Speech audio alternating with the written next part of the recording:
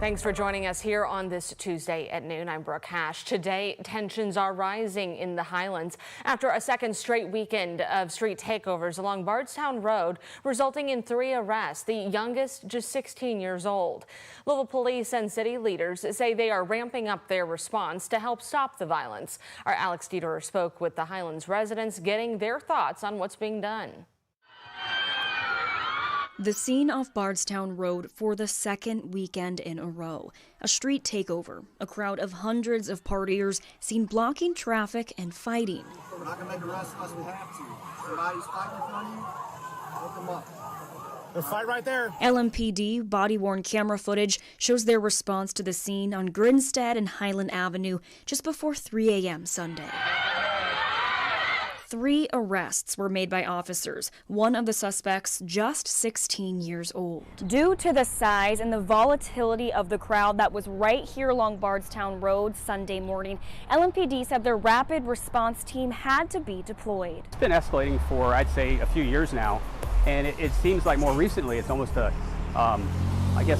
competition to outdo the previous weekend. Rob Willie has lived off Bardstown Road for more than 20 years. He says he can hear the commotion from the weekends from his back porch. We're not a neighbor who lives in some fantasy land that knows or that thinks that you're not gonna have noise from this area. But what's changed is the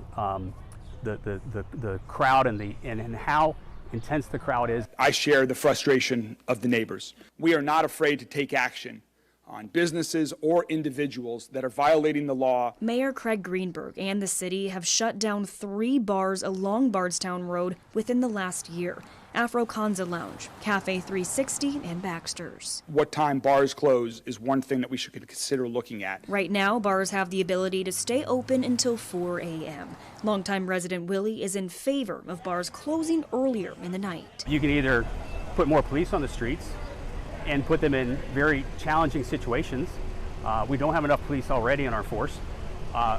Or you look at other alternatives, such as closing or having last call at 2 a.m. instead of 4 a.m. Closing at 2 a.m. The Highlands Tap Room announced they're doing this voluntarily to help alleviate the problem.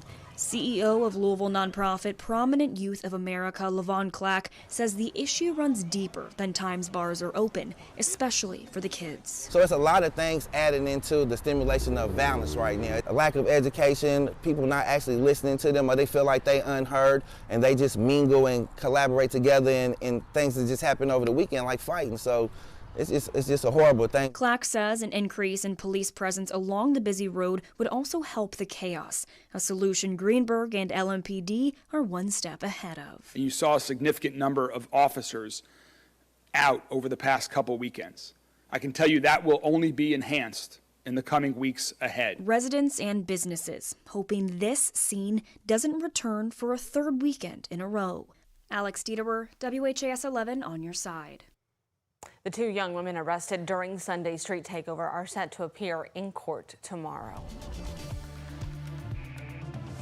A beautiful but hot day. That is the word I have heard from everyone stepping inside the station this morning, Matt. It is hot out there. It is definitely feeling hot for sure. One of our hottest days that we've seen so far this year. As a matter of fact, we've got those temperatures really getting closer to 90 already. We're at 84 degrees for us here in downtown, closer towards Bowman Field. You folks are near 82 degrees. We have those winds a bit breezy too out of the south at 10+ miles per hour, gusting up to 17 miles per hour. Going to continue to be breezy as we head later on into our afternoon time. Temperatures for the rest of us in the 80s as well. We're at 84 near PRP and Valley Station, 83 Iroquois Park, 83 near Sellersburg. Over in southern Indiana, we're at 79 for you guys near Paoli, 82 Seymour, 82 Lebanon, 83 for you guys near Campbellsville. Quiet, sunny, and dry all across Kentuckiana this afternoon, though. You'll notice on the satellite and radar, we're not seeing any of those showers around. We're continuing to keep a quiet image around our skies. That's going to be sticking around for the next upcoming hours. Plenty of sunshine for us.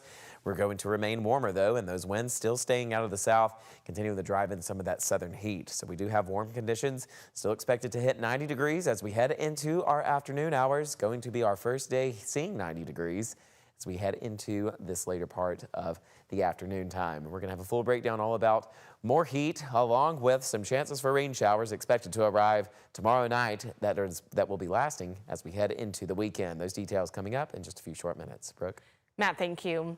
A community hub in West Louisville is facing an uncertain future as TARC moves to sell the NIA Center. The complex on Broadway has been a fixture in West Louisville for years now, providing space for local entrepreneurs and state services. City leaders told us business owners were made aware of possible changes to this site as early as last year. Well, then yesterday, TARC revealed it is having an intent to sell the property to Goodwill, which wants to use it for affordable housing. A crowd rallied Monday to protest that sale, raising concerns about losing a space that supports small business and community services. I have been here at the NIA Center for a total of 10 years. The service, my business has grown, and it's been convenient because I had chosen the NIA Center, a place of purpose. I would hate to see this to go over Goodwill's greed and TARC just not doing the proper thing that needs to be done for the community. You got to put your community's interests first. TARC said the NIA Center needs major repairs and no longer fits its future plans. It added current tenants will be able to stay there rent-free until the end of this year.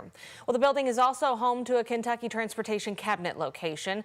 In response to the sale, KYTC said providing quality licensing services at convenient locations is a Team Kentucky priority.